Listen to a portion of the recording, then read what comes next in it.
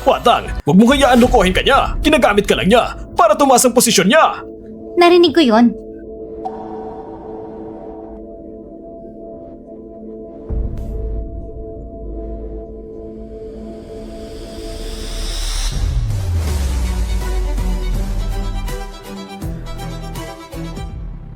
Congrats sa'yo, ginawa mong tamang pagpili. Sana, hindi mo ko bibiguin. Ang linyang yan, dapat ako magsabi sa'yo. Sana, sa pagkakaroon ko sa'yo, hindi na ko yung bata na hinahamak ng lahat. Ikaw bata ka! Inagaw mo pag-ibig ko! Kuya, ang paraan mo sa pangliligaw, sobrang luma na. Narinig ko, si Mission nung dati, medyo may gusto siya sa'yo. Hindi ko gagawin ng kasal o pag-ibig bilang isang tulay. Kung darating ang araw na magpakasal ako sa isang babae, yun ay dahil sa pag-ibig lamang. Sa mundo mo, natitira lang ba ang palitan ng kapakinabangan? Mission, Mr. C, bakit kayo nandito? Ang aming bunsong kapatid, napakabait ng puso. Nung bata pa siya, nag-aalaga ng aso. Ngayon na nag-aalaga ng tao. Kuya, Ang tindi mo naman, matindi ako. Hindi mo ba gusto yun? umalis na tayo. Tigilan nyo! Ano nangyari? Hikaw ko yan. Bakit pareho sa akin? Eksaktong makapareho. Bira na panlasa ko. Kapareho rin kami siyan. Sa akin to. Watang, si Misia, medyo marahas ka naman sa kanya. Naalala ko ang aking pares ng hikaw. Mukhang kinuha mo. Bakit ito na sa kanya? Paano mo ito mapapaliwanag? Ang iyong hikaw, nasa akin pa yun. Totoo bang sinabi mo? Totoo ang sinasabi ko. Ipakita mo. Kung ipapakita ko, hihingi ka ba ng paumanin sa kanya? Ipakita mo na ba kung magsalita?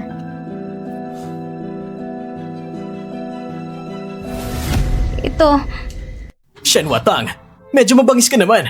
Nasaktan mo si Nanfeng nang hindi nagtatanong. Ngayon, humingi ka ng paumanhin. wag na. Ayos lang ako. Hindi pwede. Dumudugo ng tenga mo.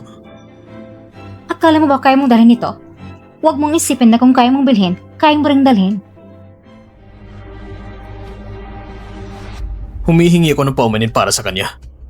Pero bunso, medyo masyado kang nainis. Nanfeng, nagkaroon ng mahabang hiwang tenga mo. Dadalhin kita sa ospital. Hindi na kailangan. Hindi pwede. Dumudugo ng tenga mo. Baka maging infected pa yan. Tara na.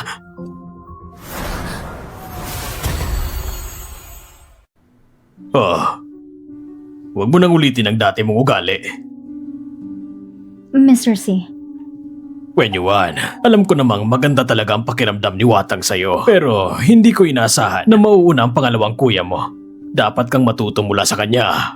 Pa, hindi ko gagamitin ang pag-aasawa bilang tulay. Kapag nagpakasal ako, papasahin ko lang ang babaeng mahal ko. Katulad ba ng babaeng may anak ng mekaniko? Ako at siningsing niyo, tapos na kaming dalawa.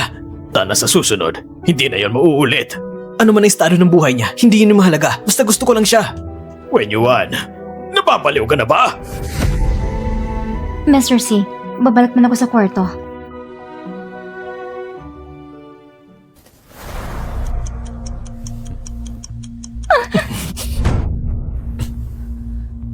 Mr. C, gabi na. Pumunta ka pa sa kwarto ko. Hindi ka ba natatakot na magkita ng iba? Magaling ang pamamaraan mo. Nakita ko yun. Medyo kinakabahan si Wenyuan. Mr. C, nahirapan ako sa baktakbang. Bakit pa ba kinabigyan ako ng isang kaaway na katulad ni Michelle? Nagsiselos ka ba? Kaya may pakiramdam ng panganib. Si Shen Watang nasanay sa pagiging anak ng mayaman. Hindi ko hahayaan na sa aking ulo ay makokontrol niya ako. Naiintindihan mo ba? Ako ay aso mo. Kapag kailangan mong kumagat, ilalabos mo lang ako. Bakit? Nagsiselos ka? Kung ang isang halik ng selos ay 1,000,000, kumalang ilan pa, hindi rin imposible. Gusto ko lang amuyin ang halik ng selos na ito. Kung talaga bang totoo ito.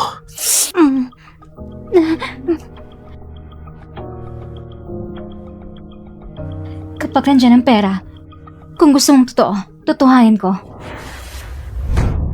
Ilagay mo naman ang mukha mong mahilig sa pera sa tamang lugar.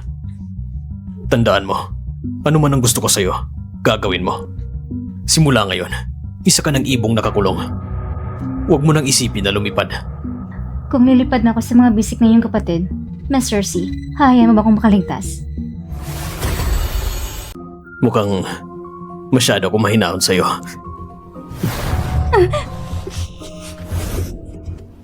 Ngayon, malinaw na ba? Kung nakita ito ng pangatlong kapatid mo, bihira kong maipaliwanag ng maayos. Hindi mo na kailangan magpaliwanag sa kanya. Kailangan ng selos para malinaw sa kanya kung siya ba talaga ay may gusto sa'yo. Nanfeng, may isang dokumento bukas. Ipadala mo sa Dajiang Electronics, tapos pumunta ka sa opisina. Nagpapalit pa ako ng damit. Sandali lang po. Walang problema, hindi ako nagmamadali. Bakit hindi ka pa umaalis?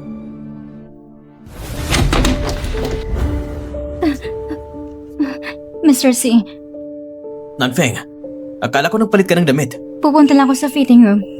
Saan ang dokumento? Ito, bukas, asakasuhin mo to. Opo. Nanfeng, parang may narinig ako mula sa kwarto mo. May naiwan akong bagay kanina. Posibleng nahulog. Ah, ganun ba? Sige, magpahinga ka na maaga. Sige po. Nanfeng. Good night. Good night, Mr. C.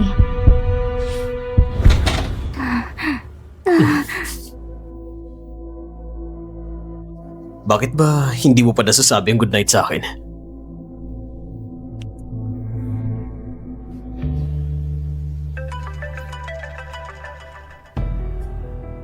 Hello?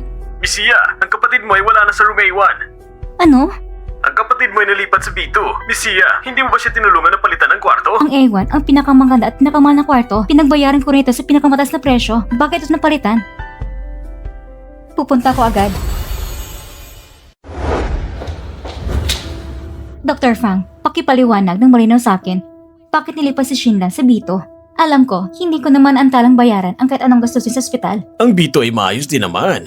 Para sa amin, lahat ito'y para sa iyong kapakanan. Si Xia Qinglan, hindi natin alam kung kailan siya magigising. Para sa isang pasyenteng naka-vegetative state, ano bang kinaibahan kung nasa B2 siya? Hindi para sa kahit sino na hindi basta-basta mapapapasyahan. Ang bayad sa ospital ay napadala ko na hanggang sa susunod na buwan. Ang inyong hospital ay hindi maaaring ililipat ng pasyente na walang pahintulot ko. Pwede ko ireklamo kayo? Nakalimutan ko. Ikaw pala ay isang abogado. Kung gusto mo ng refund, ang Heat Detox Oral Liquid, pwede namang ibalik sa'yo ng buo. Pero isipin mo muna, si Xia Qinglan sa A1, dyan siya pwedeng manatili ng isang buwan lang. Ngunit ngayon sa B2, mas lalong doble o higit pa. Ito'y personal kong usapin. Bayad sa ospital at medikal, kaya ko naman. At naaalala ko, hindi ko naman antalang bayaran ang kahit anong gastusin ng inyong ospital. Hoy! Ano ba nangyari? Bakit parang maingay? Parang palengke dito. Mission? Ikaw pala, dumating ka pa bilang pasyente o bilang bumisita sa pasyente? Bumisita, dito naka-admit ang kapatid kong babae. Mission, pwede ba tayo mag-usap sandali? May sasabihin lang ako sa'yo. Sir A1, dyan nakatirang member ng pamilya mo, hindi ba? Ikaw pa nga nakikialam sa mga usapin ng pamilya namin. Shannon Feng, ang haba naman yung abot. Kailangan tiyuhin ko ng pahinga habang naka-ospital. Hindi ito lugar na para mag-away. Tama. Akala ko dati, mataas ang antas ng ospital na ito. Pero ganito pala, kahit sino pwedeng pumasok, iniisip ko na rin sa susunod na quarter kung mag-i-invest ba sa inyo. Binibining siya. Ang bahay ay naibalik na sa iyong card. Anong ibig sabihin nito? Matapos pag-usapan ng ospital, napapasya ng kapatid mo sa kasalukuyang kalagayan, hindi na kailangan manatili sa ospital namin. Pwede na siyang umuwi at magpahinga. Para na naman kung nakahiga. Parang gusto nang palisin kami. Ito ang desisyon ng ospital. Paano kami makabalik sa A1? Hindi pwedeng humingi ng tulong kay Shimu Xuan. Ngayon, si Shen Watang ay nagdududa kung may nangyayari ba sa amin.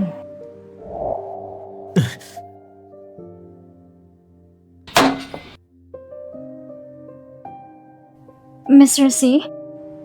Nanfeng, marami na akong tawag sa'yo pero hindi mo sinasagot. Ano ba nangyari sa'yo?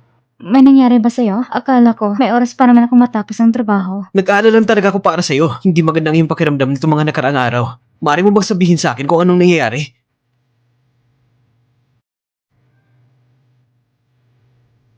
Ang kapatid kong babae ay malapit ng paalisin sa ospital. Ang bayad sa ospital ay hindi ko naman naibawas kahit isang araw. Mula A1 hanggang dito. Ang pera ko. Kumpara sa pera ng mga mayayaman at makapangyarihan, ano bang pagkakaiba? Ikaw, Mr. C, sabihin mo, ano bang pagkakaiba?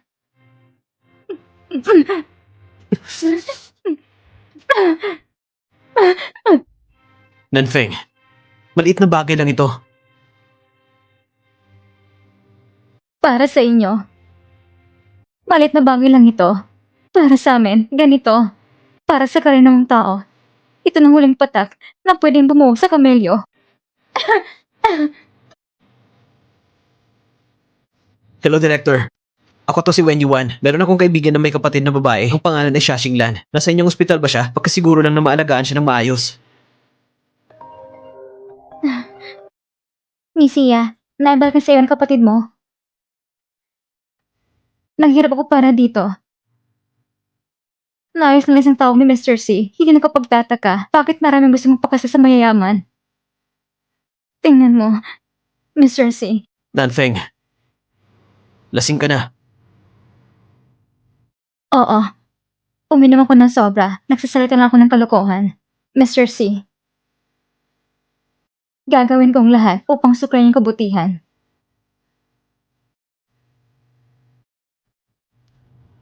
Nanfeng,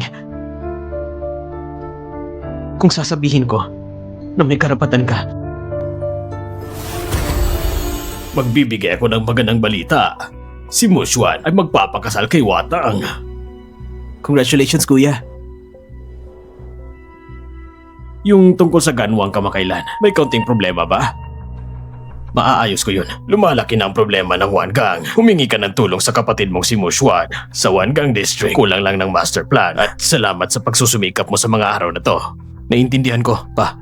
Kaya ko naman mag-isa. Kaya mo mag-isa? Hindi mo nga maresolba. Kung alam ko lang, sa simula pa lang ng proyekto, hindi ko na sana ito ipinobaya sa'yo. Pero kung titignan mo si Mushuan, parang hindi niya naman kaya. Yung mga plano mo, ipapaubaya mo talaga sa kanya?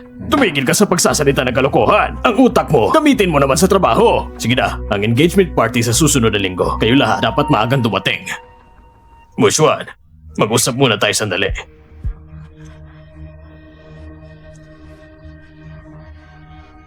Ito ay iniwan ng iyong lola.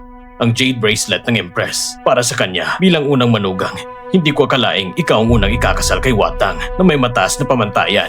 Na kaya mo rin sa ganito maikling panahon, ay karangalan mo rin. Hindi ko papayagan ang nais niya. Hindi sinasagot ni Mo siya ng tawag. Hindi ko alam kung saan siya nagpunta. Hindi ba niya alam na engagement niya ngayon? O wala siyang iniintindi? Ang ganitong kahalaga ng okasyon, late pa rin siya. Sa tingin ko, si Mushuan ay hindi pinapahalaga ng ating magiging manugang na mula sa pamilya Shen. Mr. C, kung ganon, uuwi na kami. Teka lang, papapuntahan ko lang siya sa Wangang District. Siguro sa daan ay natrap lang sa traffic. Umupo muna kayo. Mushuan, ano nangyari sa'yo? Wala naman pa. Nagkaroon lang ng maliit na aksidente sa sasakyan. Ganito kalala. Kung seryoso, hindi ako makakarating dito. Wala namang malubang nangyari, kundi medyo nilaro lang ang brake system. Kaunting sablay lang. Bakit niyo ko tinitignan? Nasira lang ang preno niya. Anong kinalaman ko ron? Hindi ko naman yung ginawa. Si Feng, bakit parang naapektuhan ka? Ako, hindi naman ganun. Wala namang kinalaman doon. Alam ko na, lumabas ka muna. Tumigil ka dyan. Kanina, anong sinabi mo kay Shimo-chan? Lakasan mo nga at ulitin mo. Sabi ko, lumabas ka. Sabihin mo! Nadiskubre ng traffic police sa dashcam na may taong sinadyang sirain ang preno. Sino ang taong yun? Sabihin mo! Ano bang ginagawa niyo? Naglilitis ng kaso? Ha? Si Lao Zhang, ang driver ng panganay. Ano bang pinagsasabi mo? Umalis ka na! Shi Yunfeng, kung susubukan mo pang saktan kay isang hibla ng buhok ni Shimo-chan, mag-ingat ka. Akong babalikan mo. Shen Watang, sira ka na ba? Pati isang baliw na aso pinagtatanggol mo? Kahit aso pa siya. Aso siya ni Shinwatan. Kahit aso, may amo. Naintindihan mo? Ikaw, Sa totoo lang, may dahilan naman kung bakit ko inaway si kuya. Sigurado kong narinig mo rin ang tungkol doon. Hindi mo kailangang ikwento sa akin ang mga sekreto ng pamilya ninyo. Ayoko lang na magkamali ka ng akala. Bakit mo kailangang alahin ang damdamin ko? Ang iniintindi ko, gusto ko lang sabihin sa'yo na ang mama ko at ang mama ng pangalawang kuya ko ay kambal na magkapatid. Pareho silang umibig kay Papa. Kalaunan, pinagkasalan ni Papa ang mama ko. Ang mama ni Mushuan hindi tumigil sa paghahabol. Hanggang sa isang araw, pinatay ng mama ni kuya ang mama ko. Nakita ko yun mismo. Sa aking sariling mga mata.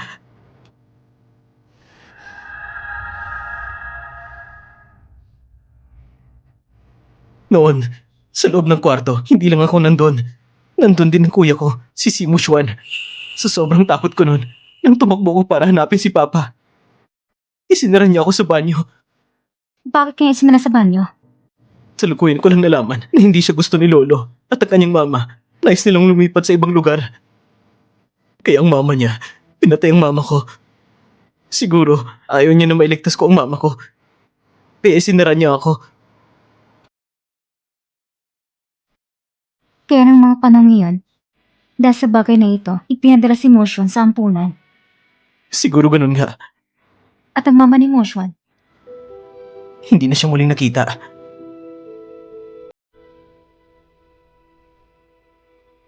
Nanfeng, pwede ba kitang yakapin?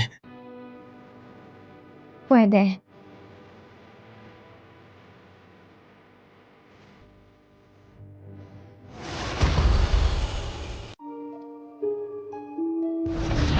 Pasensya na, Miss Cersei. Hindi ko sinasadya. Walang problema, ayos lang ako. Nanfeng, magpapalit muna ako ng damit.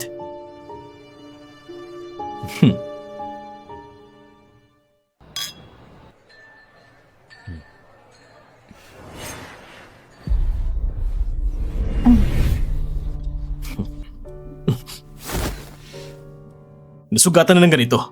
Hindi mo ba nakita? Mukhang talagang gusto mo kong mamatay. Pasensya na. Alam mo pa palang magsabi ng pasensya. Bitawan mo ko. Ang dami ng tao rito. Hindi ka ba natatakot na mahuli? Hindi ako natatakot. Ano bang kinakatakutan mo? Miss Cersei, ang hirap mong magsilip o pumapangasa si Michelle. Hindi mo na kailang masayla sa ganitong oras. Nagsiselos ka. Miss Cersei, di ko akalain kagaya mo, magpapanggap na emosyonal. Si Wen Yuan, ano ba talagang sinabi niya tungkol sa akin? Si Wen Yuan ay hindi maging kasing boring mo. Huhulaan ko. Siguro sinabi niya ang tungkol sa akin at tungkol sa mama ko. Gusto niya lang kasi gumamit ng ganitong bagay para humingi ng simpatya. Ngunit ang katotohanan, siya lang nakakalam sa totoong nangyari. Ang katotohanan? Gusto mo bang malaman? Pwede ko namang sabihin sa'yo. Basta, hingin mo lang sa akin. Hindi ako interesado sa mga bagay ninyong dalawa at naniniwala ako na si Wen Yuan ay hindi ako lulukuhin.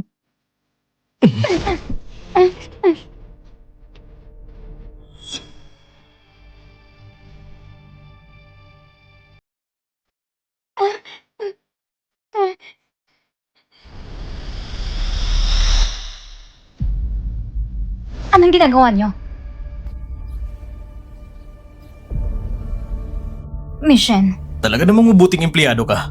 Isang magandang bantay aso. Halos hindi kita nakilala, Shinan Feng. Sinabi ni Mo Xuan na isa kang mabuting aso. Hindi ko akalain talagang may katayan ka ng aso. Pinupuri mo ba ako, Mission? Nanfeng, may nagsabi ba sa'yo? Mayroon ka isang matang hindi mapakali. Tandaan mo, dapat lang tumingin ka sa lugar na narapat mong tingnan at sa taong nararapat sa'yo. Shen Watang, anong ginagawa mo? Nakita mo ba? Ang aso ng iba, hindi mo dapat tinuturuan.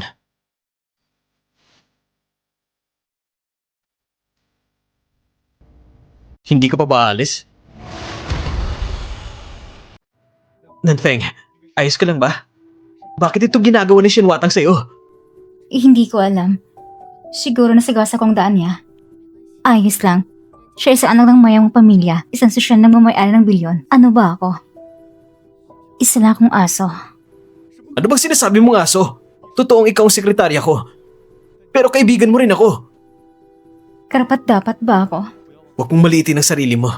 Karapat dapat ka. Isa ka mabuting tao.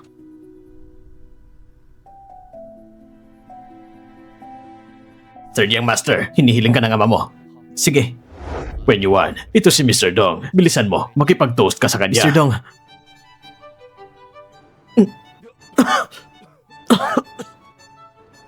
Pasensya na. Hindi siya sanay sa alak. Kaya kaunti lang ang iniinom niya. Hindi pwede yon. Binibigyan ka ng ganitong karangalan ni Mr. Dong. Watang, Mr. Dong, ito ang pangalawa kong anak, si Simo Xuan. Ang unang baso na ito ay inaalay ko kay Mr. Dong. Naway maging mahabang buhay ninyo. Para sa pangalawang baso, naway dumalay inyong swerte tulad ng tubig sa silangan. Sa pangatlong baso naman, ito'y tanda ng paggalang ng kakabatang henerasyon sa'yo. Hanghay! Ang pangalawang anak mo, napakadeterminado ha. Magaling! Magaling! Wen Yuan, mag-toast ka ulit kay Mr. Dong. Mr. Dong, akong sekretarya niya. Medyo hindi maganda ang tiyan niya. Alam ko, walang karapatang mag-toast sa'yo. Kaya ganito na lang, magpataw ko sa sarili ko na 6 na baso.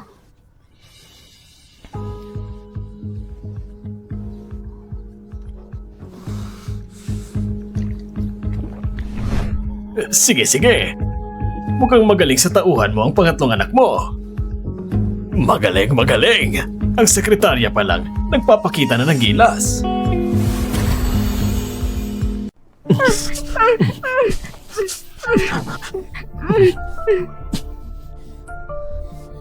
Nanfeng!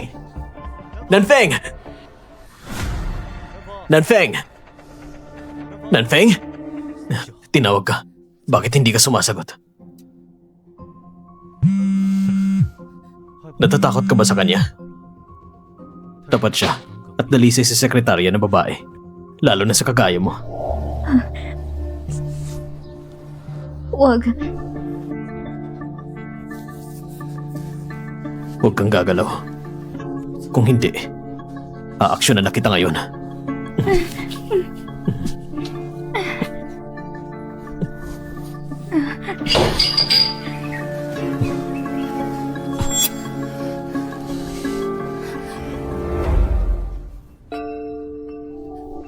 Huwag kang gumalaw.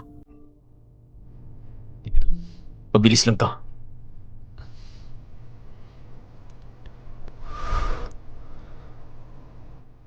Bakit mo ko tinitignan?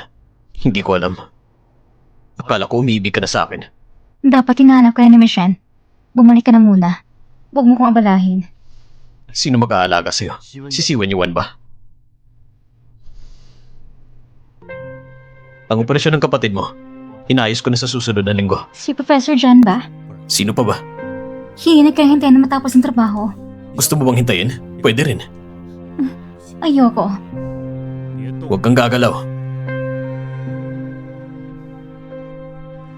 Ayos na.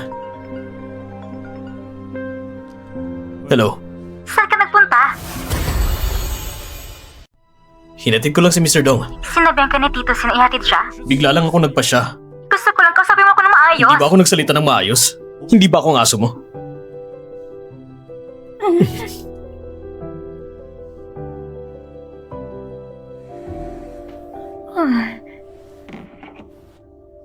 Umalis na ako para magtrabaho. May pagkain na sa mesa. Hello? Gising ka na ba? Ang timing mo, Mr. C, ay eksaktong tama. Kakagising ko lang. Tignan mo sa itaas ng ulo mo. Mr. C, naglalagay ka pa ng CCTV sa Charling bahay para ba sa mga magnanakaw o para sa sarili Siyempre niya? para sa'yo yon. Nakita mo na ba ang almusal? Bakit hindi mo tinatanong kung sino ang gumawa? Ayos lang basta walang lason. Nanfeng, uminom ka muna ng maligamgam na tubig para magising ka sa alak. Ang hangover ay pwedeng magpadali sa pagtanda ng isang babae. Hindi naman ako umaasa sa itsura para mabuhay. Mr. C, baka natatakot ka lang na kapag tumanda na ako at nalanta, hindi ko na may kaya si Wen Yuan. Ayos lang. Isang baso lang naman yon. Hindi ganun kalala. Nanfeng, gawin mo ang misyon.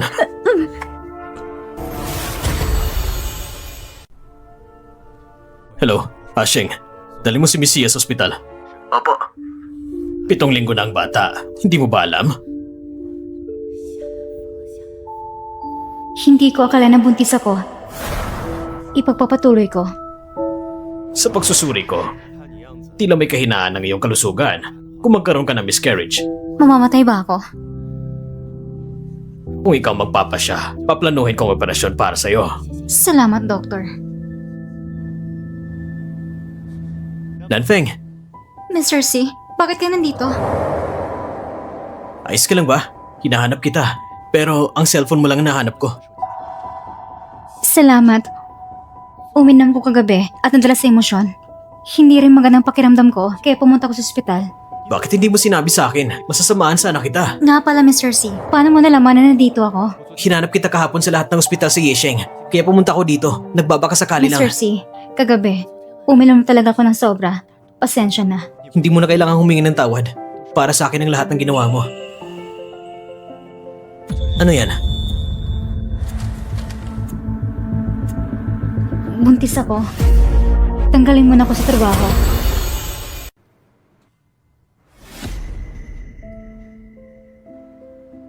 Bakit ko naman gagawin yun?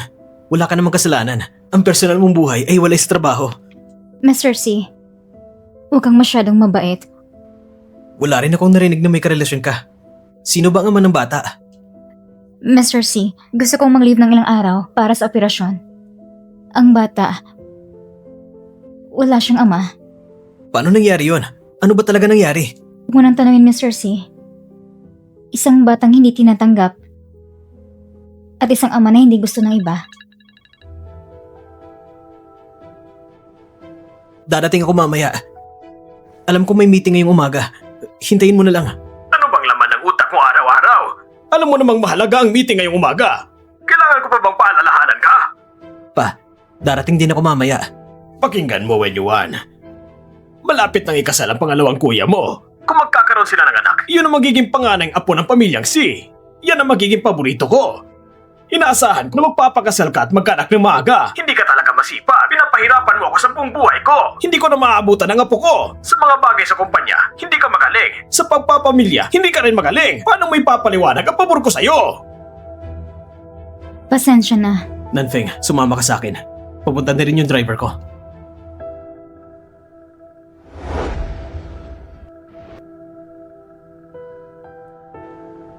Nanfeng, may tanong ako. Ano yun? Laozang, bumaba ka muna. Mr. C, ano nais mo sabihin sa akin? Nanfeng, pag ipinanganak mo ang bata, ako nang magiging ama niya. Anong sabi mo? Seryoso ko sa sinasabi ko. Walang kasalanan ng bata. Kung aalisin mo siya, napakasama nun. Magpakasal tayo. Palakihin natin siya ng maayos. Pero siya, hindi siyang anak mo. Pwede ko siyang palakihin. Ituturing ko siyang sariling anak. Pakikitunguhan ko siyang parang anak ko. Naniniwala ka ba sa akin? Mr. C, hindi naman sa akin kung maniwala. Ayokong makialam kasi ganitong gulo. Pero, kung sasabihin kong gusto kita. Nanfeng, alam ko, ngayon kailangan mo ng isang tao na nandyan para sa'yo. Kung hindi mo ako kinakainisan, pangako ko, magiging mabuti ako sa'yo at sa bata. Pero, hindi siyang anak mo. Hindi ko maintindihan kung bakit mo gustong gawin ito. Tulungan mo na lang ako. Tulungan? Kakatapos lang tumawag ng papa ko. Narinig mo naman. Ngayon, kailangan ko ng bata bilang panganay na apo ng pamilyang C. Hindi. Hindi ka ganitong tao. Ituring mo na lang na ganito akong klaseng tao. Para magtulungan tayo. Hindi ko kayang ipahamak ka. Kung sabi mo na ang papa ng bata ay isang masamang tao, kung sa tingin mo na ako'y mabuting tao, bakit hindi mo na lang bigyan ng mabuting ama ang bata? Hindi ba?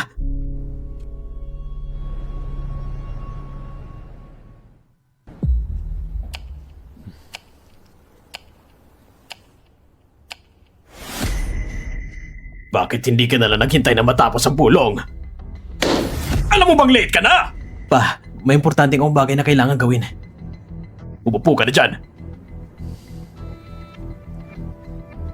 Wenyuan, nasaan ang plano mo? Nasa study room siguro sa bahay. Ano bang iniisip mo? Pa, kung nasaktan mo si Nanfeng, May problema ka ba sa utak mo? Kahit patayin ko siya, may magagawa ka ba? buntis siya.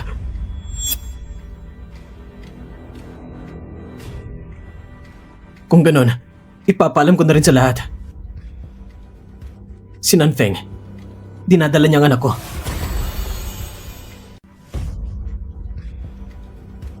Kayong lahat, pwede bang lumabas muna kayo? Ibig sabihin, buntis siya ng anak mo.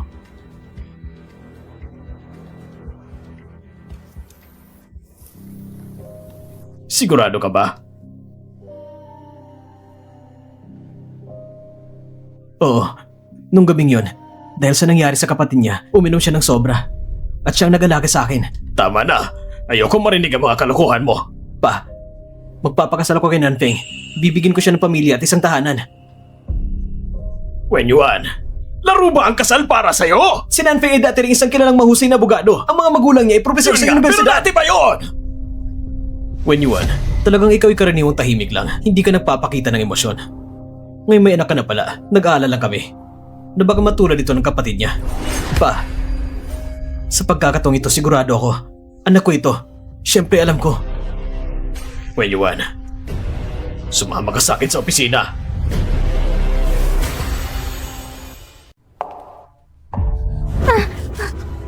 Shan and Feng, ang galing mo talaga magplano ha. Kahit ako, hindi ko ito inaasahan. Mr. C, ang daming tao sa kumpanya, hindi ka ba natatakot na may makakakita? Natatakot ka? Hindi ka na makakapag-asawa ng mayamang pamilya? Mr. C, ikaw na nagbigay sa akin ng tungkulin na akitin si Wen Yuan. Ano? Hindi ko pa natapos ng maayos ang misyon ko? Magaling! Sobrang galing! Pero ang sabi ko, akitin mo siya! Hindi ko sinabing matulog ka kasama siya! Paano ko siya aakitin? Mental na connection? O tulad ba ni Mr. C? Ang galing mo magsalita. Hindi nakapagtataka kung bakit ang bunso namin nahulog ang loob sa'yo. Kita mo, magaling ko sa mission ko. Bigyan mo ko ng premyo. Sige.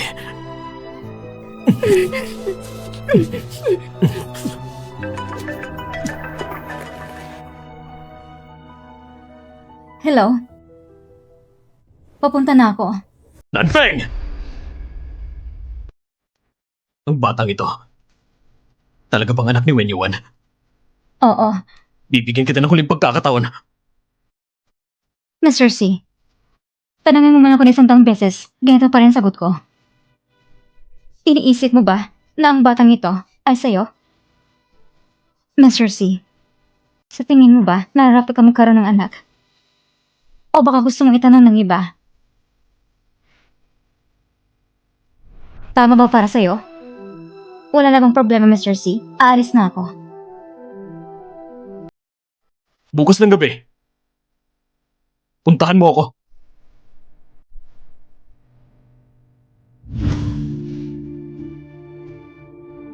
Nanfeng, Pasensya na, Mr. C. Natagalan na ako sa banyo kanina. walang problema. Hindi mo na kailangan humingi ng tawad. Wala ka namang ginawang mali. Simula ngayon, huwag mo na akong tawagin Mr. C. Pumayag na si Papa sa kasal natin. Mr. C, masyado kang padalos-dalos. Kanina sa meeting, hindi mo dapat ina-announce sa harap ng lahat na nabuntis ako. Kung hindi ko sinabi yun, baka iisipin mo na tatanggalin mo ulit ang bata. Ngayon, hindi mo na matatanggal kung malaman ng Papa ko. At kung maging kalokohan ito ulit, siguro, muli na naman ako itataboy. Nanfeng, hindi ko rin kayang pahintulutan ka na muling pagalitan ng Papa ko. Mr. C, hindi ko lang gustong maipon ang pagod mo. Pasensya na. Aalagaan kita, Nanfeng. Pagkasalan mo ako.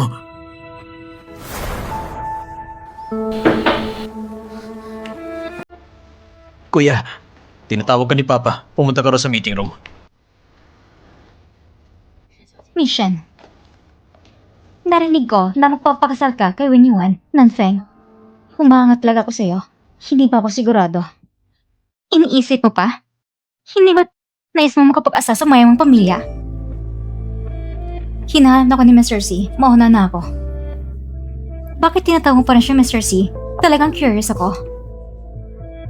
Pagkahabang nasa kama kayo, tinatawag mo pa rin siya, Mr. C? Hindi ko alam na ang pinakamayamang babae sa lipunan ay ganun pala kababaw. Ako na nakikipag-usap lang sa aking magiging bayaw. Wala namang masama doon. Hindi pa naman tayo kasal. Bakit? Nagmamadali ka bang pagkasalan ako? Bakit tuwing nakikipag-usap ko kay Nanfeng? Lagi kang dumadating.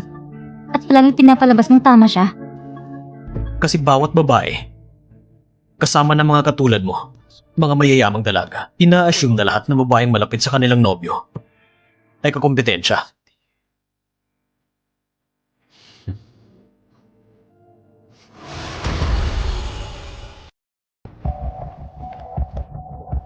Buntis ako. Alam ko, hindi ba kahapon nag-inom ka ng sobra dahil kay Wenyuan dahil sa lakas ng tama niya?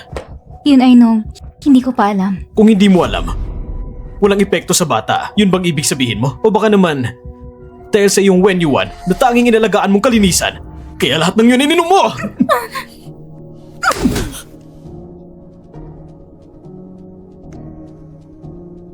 Hindi ko sinasadya. Mr. C, tinanggap ko na ang proposal ni Wenyuan. Wenyuan? Ang bilis ng pagtawag mo sa kanya. Mr. C, mauna na ako. Ngayong gabi, mananatili ka dito kasama ko.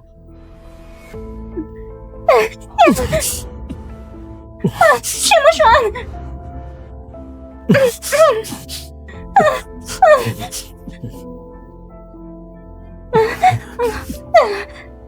Shimo-chan, naghihintay pa si Wenyuan sa bahay. Huwag mo palaging bagitin si Wenyuan. Nakakainis na! Kilala mo ba si Wenyuan? O ako lang? Bakit? Iniiwasan mo na ba ako? Bakit hindi mo pasalamatan lahat ng nagawa ko sa'yo?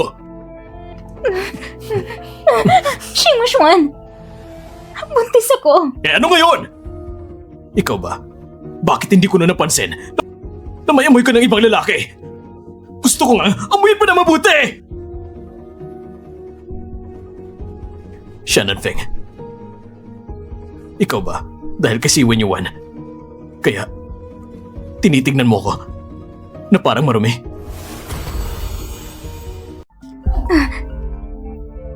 Hello, nurse.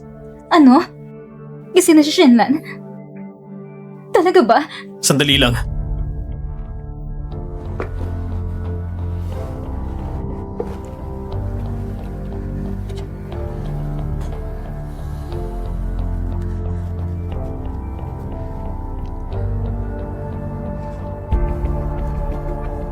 Umalis ka na.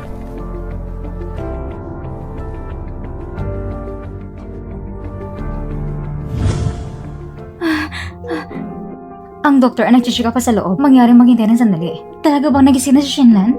Oo. Habang minamasahe ko siya, ang mga daliri niya kumikilos na. Nang tawagin ko ng doktor, nabuksan niya ang mata niya. Dok, Nagising na siya. Pwede ka nang pumasok. Pero bagong gising lang siya. Huwag mo siyang takutin. salamat, Dok. Shenlan. Shenlan. Shenlan. Akong ate mo. Naalala mo ba ako? Ate?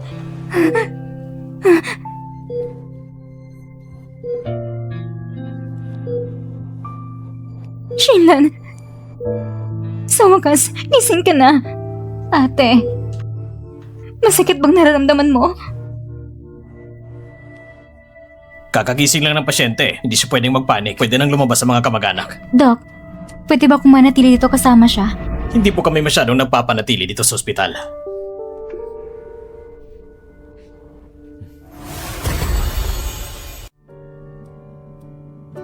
Tatanungin kita sa huling pagkakataon. Mr. C, kahit tanungin mo pa ako na 1,000 beses, pareho pa rin sasagot ko. Ang batang nasa sinapupunan ko ay kay Wenyuan. Sige, ang ikaapat na gagawin mo. Ang gawain ngayon, baka hindi ko kaya. Kakagising lang ni Shenlan. Ayaw mo bang tanungin ako kung ano ba talaga? Ang ikaapat na gagawin mo. Makipaghiwalay ka kay si Wenyuan tungkol naman sa bata. Hindi ko siya ipapapalaglag. At nung ko naman kay Wenyuan, tinanggap ko na ang kanyang proposal. Ngayong nagising ng kapatid mo, hindi mo na ako papansinin? Iniisip mo ba na hindi mo na ako kailangan? O baka naman, sa tingin mo dahil nakuha mo ng mataas na sa ngayon na yun si Wenyuan, pwede ka na mamuhay ng kampante? Mr. C, mauna na kayo. Hinihintay pa ko ng Shenlan. Nanfeng, nasan ka? Bakit hindi ka pa umuwi? Kailangan ba kitang sunduin? Nasa ospital ako. Bakit? May nangyari ba? Nasaktan ka ba?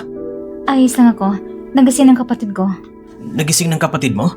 Yung nakaligtas sa aksidente? Oo, dito na ako matutulog sa ospital. Hindi ako uuwi. Gusto mo bang samahan kita?